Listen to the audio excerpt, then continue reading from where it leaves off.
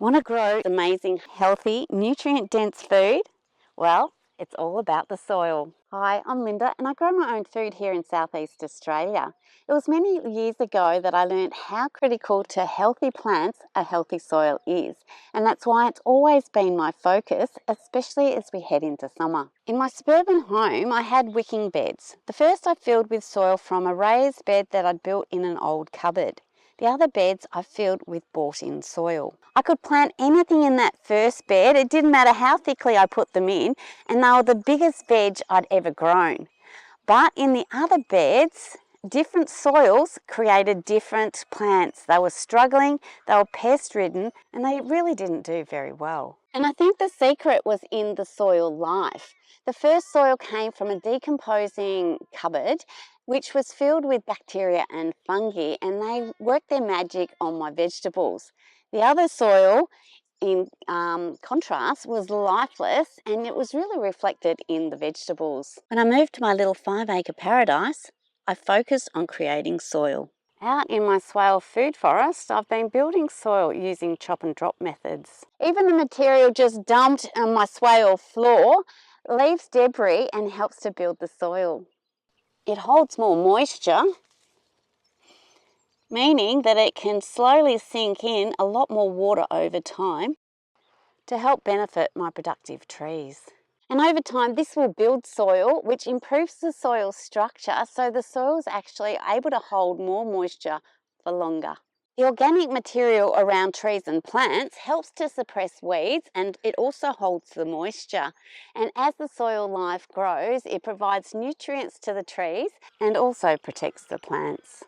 Now, trees and plants also support the soil food web by feeding them sugars. The plants use the sun and get carbon from the atmosphere to create these sugars, and it can also signal the food web what sort of nutrients it needs from them by changing what sugars it feeds. So they have a really symbiotic relationship. In the veggie garden, I've slowly been building up organic material over time, mostly using compost. In the early days it was mushroom compost, but loads of wood chip and other types of mulch are used as well.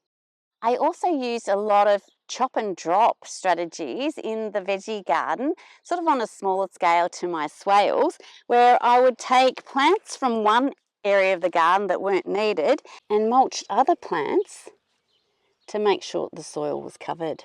Now, I did find that this was really only an option in the drier times of the year because snails and snugs really find this great habitat.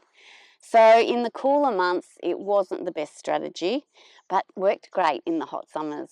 Now, you might have seen me building these compost paths this winter, and I was focused on soaking in the moisture, which will help these garden beds get through hot summers.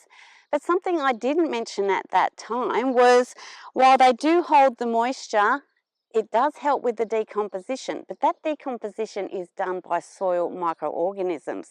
And so we're also building the soil life in the paths. When it comes time to harvesting this compost and putting it on our garden beds, that's really adding to the soil life as well. Now, in today's video, I'm not going to be building any more compost paths, although I do intend to in future. But with summer quickly approaching, I do need to re-establish some paths along the top of my garden here. And for that, I'm going to be using cardboard and wood chips.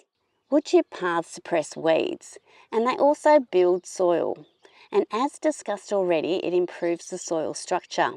At the top of my garden, I want to build a little barrier to stop grasses, but also by improving the soil structure, the soil will hold more moisture.